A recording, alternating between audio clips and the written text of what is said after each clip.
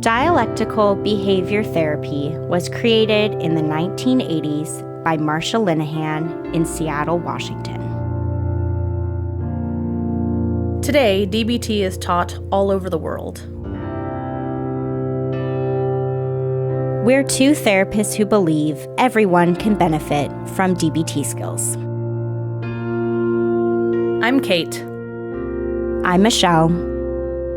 And this is DBT and Me. Hey everybody, this is our first bonus episode. Questions episode? Questions episode. We don't have a name for Q&A. this yet. Q&A. Okay, that works. There you go. Yeah. Because you know DBT loves acronyms anyway. DBT does love acronyms. Right? So is DBT and Me Q&A. Yes. Well, no, that's not too many letters. Q&A is not too bad. And everyone knows what that stands for the most part. So we are here today to do a shorter than usual episode where we're just going to be answering some questions that we got sent to us via email about the past few episodes that we've done. So we've done Wise Mind, and then we've talked about Half Smile and Willing Hands. So we're gonna be reading some emails, there we go, that we got and answering some people's questions. And we plan to record episodes like this about, every 3 weeks or so. We'll be posting, these Q&A episodes, just answering any questions that we've gotten from the past few weeks. And also, if you do send us an email, we want to make sure that when we're reading it, we're protecting our confidentiality and things like that. So if you send us something that's really detailed, there's a possibility we might edit it ever so slightly. We also may edit things for what's that called, like length and brevity or something like that. Just to make sure it's not too lengthy. If you send us a 7-page email, we will condense. Yes, we will condense, and we won't be saying your names either, just so, everything's above board with confidentiality. But yeah, we're just going to read through 3 different emails today. And Kate, why don't you kick us off with the first one? Well, I'm going to kick us off with, first of all, asking, what state is that on your sweatshirt? I know nobody can see, but it thinks a small town girl, and I happen to know she's from Washington. Why is that? That's not you. You're not from Oregon. Because I visited my friend Elise. Hi, Elise, if you're listening. And you've met Elise. I have met Elise. Elise is wonderful. She lives down in Southern Oregon now, and so I went to visit her, and I saw this sweatshirt. False advertising. And they only had it in a really big size, and it was the only one. I was like, I'm getting it. And so, it says small town girl, and it has the state of Oregon on it. That's very smart that you knew it, Lily. I'm feeling. I was on the other hand feeling a little silly because I'm like, I live right above Oregon. I ought to know what state that was. But Oregon's very square. So it looks like a bunch of the Midwestern Yes, it does. Okay, sorry. That is totally off topic, but I noticed it right as she was talking. Q&A with me. Yeah, I know, right? All right, Michelle, how does it feel? No. All right, so first email. Hi, Kate and Michelle. I really liked learning about this idea of Wise Mind, even though it can be tough to do sometimes. I find myself thinking about it more and doing my best to be less in my emotion mind, since that's where I tend to be. Awesome. The issue I'm running into is that most of the people I'm around don't tend to be in their Wise Mind much of the time. Word. I get that I'm not perfect at this, but how can I stay in my wise mind when my boss is always way too in his reasonable mind and my parents, who I live with, are way too emotional all the time about everything? I feel myself doing worse when I'm around them, and I don't know what to do. Ooh, that's so valid. Well, nobody's in their wise mind most of the time, so that's very real. Yeah. Yep, and it's also very real, I think, that we can pick up on other people's emotions and where, just their energy or how they are in the room, we're affected by the people we're around. So Absolutely. First we want to validate that. We're pulled into stuff like that. I think when I was first reading this, the first psychology term that first came to mind was differentiation, right? Mm-hmm. And the fact that humans are bad at it. Mm-hmm. We suck at differentiation, which is basically just remembering that our feelings are ours, and other people's feelings are theirs. Yeah. And we don't have to feel what they're feeling in order to be compassionate, or in order to be present, or in order to be connected, right? A lot of people feel like if you stay in your own emotional space, instead of joining the people around you that you're being cold or that you're being uncaring or unkind. And so I think that is often like an internal pushback against differentiation. Yeah, I would agree with that. I think it is one of those things where it's hard for us to own our own emotions and still be there for the people in our lives that we care about without getting wrapped up in whatever their emotional state is. So I don't know, in terms of thinking about what you can do around this, one, you're aware of this, which is fantastic, that you've caught yourself in these situations with these specific people struggling a little bit more. Yeah, double thumbs up for awareness. Yeah, exactly. And then I feel like it's one of those things where beyond just awareness and validating yourself, if there's maybe some kind of, I was going to say like a mantra or just like exactly the word I was thinking. Yes. Perfect. Or just like a quick phrase or something where you can just, I don't know, maybe when you're around somebody who's really far in one way or the other with emotion or reasonable mind, to just be able to say, that's their reasonable mind, or that's their emotion mind, or just name it internally for yourself, and then that can help you create some distance from it alone. Just naming it. Even thinking specifically, I'm me and they're them. That's a good one. Silly as that may sound, because it's obvious, it's not obvious on that kind of core level all the time, right? Like, this is my experience, that's their experience, or some version of that reminds you that you're two separate beings. And I know we've been using the word emotion the whole time, but really it's just like, what is your current state of being? Yeah. Versus what is their current state of being. And so, as you were pointing out, whoever the reader was with their boss, that person's in their reasonable mind all the time. You can be like, this is my state, that's their state. And I like Michelle's idea of, I'm in my wise mind, they're in their reasonable mind. Yeah, because you're in your wise mind by just being able to recognize, in a way, honestly, like just being able to... At least you're a lot nearer to it than most people are most of the time. Yeah, you're in your wise mind if you're able to do that differentiation that Kate was talking about, of being able to say, that's them, this is me, that's a wise mind choice. Yeah. And then it puts you in the position of what you can do, because you can't always get away from these people. You mentioned living with your parents, you work probably pretty intensely with your boss, I'm guessing. Yeah, you see that person likely a lot. So you can't always get physical space from them, but you can try to get a little bit of emotional I was going to psychological space. Yeah. To be yourself. Yep. And you're probably doing a better job than you already think you are. Yeah, definitely. I was going to say, with that kind of awareness, that's awesome. Yeah. So, you have another question, Michelle? I do. So this question says, hey, Michelle and Kate, after hearing your episode on Half Smile, I had a question. It feels to me like practicing Half Smile is just trying to get myself to feel good about a bad situation, which seems kind of invalidating. Can you explain a little more? I don't know. My first thought when I read this question was, I think ahead to a lot of the skills we're going to be getting to later on that we haven't gone to yet, about that idea of, okay, I'm feeling a certain way, and then I'm doing an action that's not in line with my feelings. Yeah. And how to manage that. Because DBT does talk a lot about this in the emotion regulation module, which we're going to be getting into soon. Yeah, we're going to do some mindfulness stuff first, and then we're going to be getting into that. But in a few weeks we will. Time be passes there. fast now that we're adults. Yes, a few weeks will seem like a blink of an eye. Yeah, it will happen so fast. I think I one of the English sentences, I can make them. Yes, you can. No, that there's a difference between I shouldn't be feeling this way and I don't want to be feeling this way anymore. Yeah. So if you're trying to use, Half Smile or Willing Hands to shame your way out of an emotional state that you don't think you're supposed to be in, then absolutely, listener, that is invalidating. Stop it.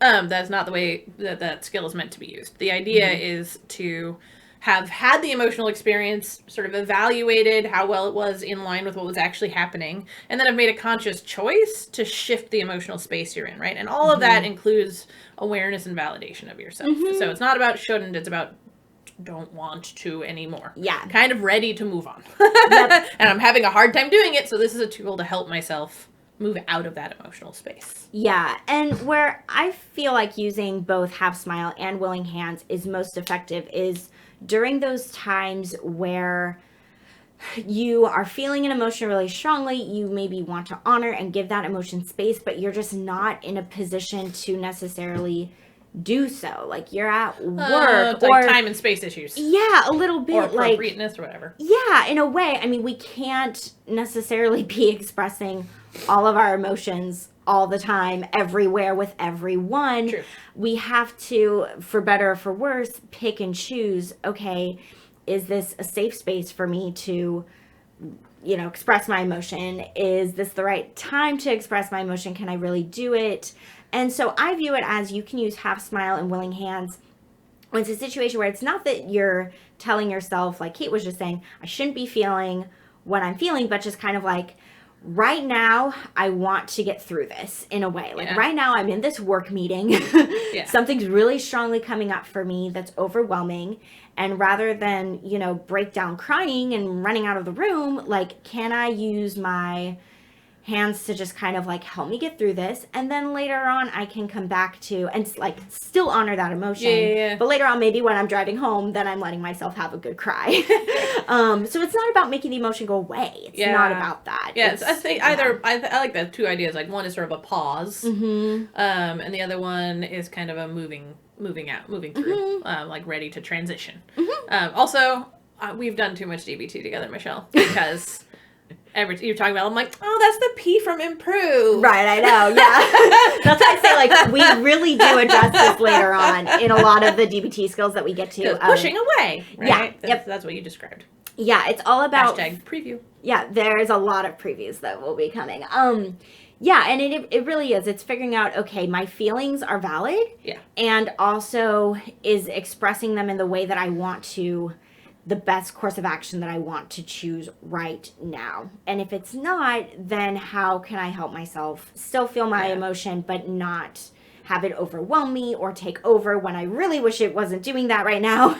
And Have Smile and Willing Hands can help with that, I would say. Yeah. So either delaying or, what's the word I just used again? Transitioning out of, like, I have given it that space. Yeah, I've given it space. Now I'm ready to get back to what I need to do. Okay. All right, cool. Oh, my turn again. Yep, your turn again. Final question. Final countdown. All right, so let's see. This one says, hey, Kate, Michelle, I was listening to your episode on Wise Mind, and I was wondering, what if I don't feel like I can trust myself? I've made some decisions in the past that I thought were good, only to be proven horribly wrong. So, how do you get into or trust your wise mind when you don't feel like you can trust yourself? Ooh, yeah. And it is hard because I know I've been there where I had times where I'm like, I am making the best choice ever, and then everything falls apart. And it does make it hard to trust yourself. Yeah, the first thought that I had with that was something that I know we talk about in groups a lot, is the idea of like a trusted other. Because sure, especially when you're figuring these skills out or you're figuring yourself out, or if you're healing from past experiences or stuff like that, there might be times when you're unsure. Like, is this a wise mind, or is this my being impulsive, or is this actually self-harm? Like, and you're not sure about it. So hopefully most people out there have someone in their life that they can turn to, that they trust, that they think has a better objective kind of perspective on what's going on, or who really knows them and has a sense of what's good, what serves them and what doesn't in life and things like that. And so, not permanently, but to start with, I don't think it's a bad idea to run some stuff past that person. Be like, this is what I think. Like, this is the decision I've come to. What do you think? Right? And not giving over control to that person, but to listen to input, right? But again, be very sure to be picking someone that you really do trust and that is going to be looking out for your best interest. Yeah. So that's the first thought I have. What about you, Michelle? Yeah, another thought that I have about it too is that, we make mistakes every single day, big or small. We just do. It's part of the human experience, is that we screw up a lot. And so it may be something where prior to making a decision, it might be hard to trust yourself because of, these past experiences that you were describing. And yet, whatever decision you make, you can always do, I would call it maybe a recap or an evaluation afterwards. Okay, I did that thing. It didn't go well. And then one of the ways to maybe get into your wise mind is to then go, so what did I learn from that? And what do I want to do different next time? And even if the situation, didn't go very well, you can still use your wise mind in a sense, even if it's after the fact. And that when you can pause and take away lessons, you could call them, or just making a new decision next time, then it's developing your wise mind. And wise mind is really something that takes practice and takes building up. And so, and as we already said earlier in this episode, and we said it in the wise mind episode too, you're not in your wise mind all the time. It's a very hard thing to get into. It's a very hard thing to stay in.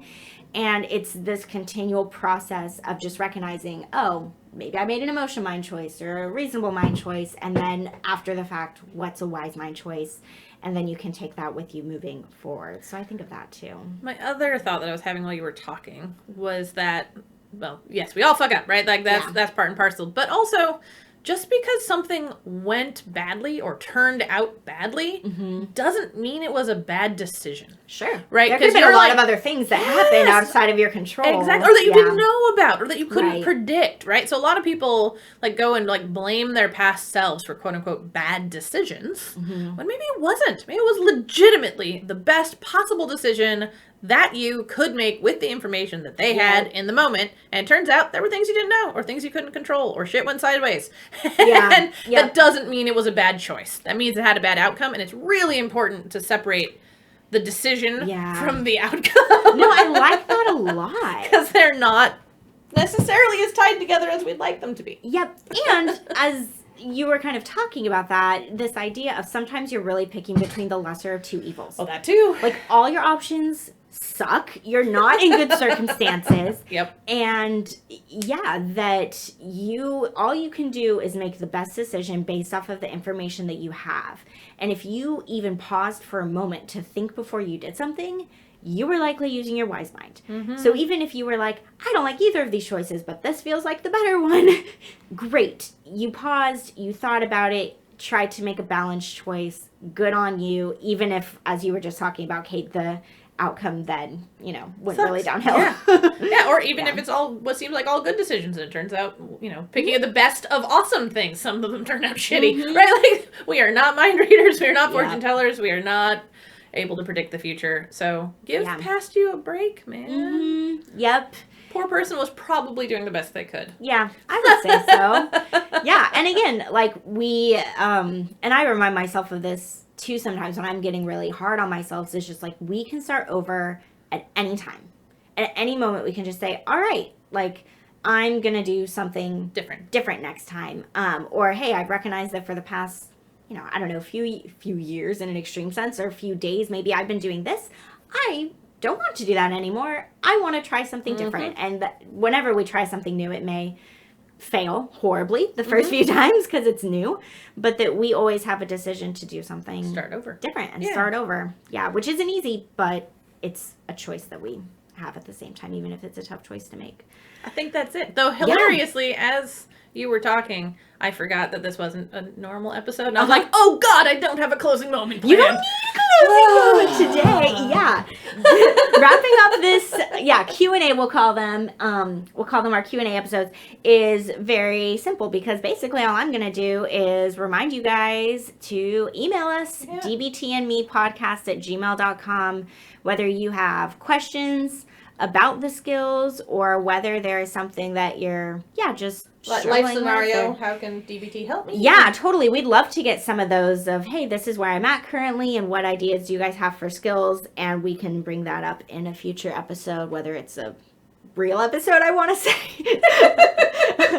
a legit episode, or whether it's a Q&A episode. These are legit, I suppose. Poor Q&A episodes. Poor Q&A. Again, we're navigating these Q&A things for the first time, but we were really excited to do this today and get some questions answered. So we will see you guys soon. Bye. All right, bye.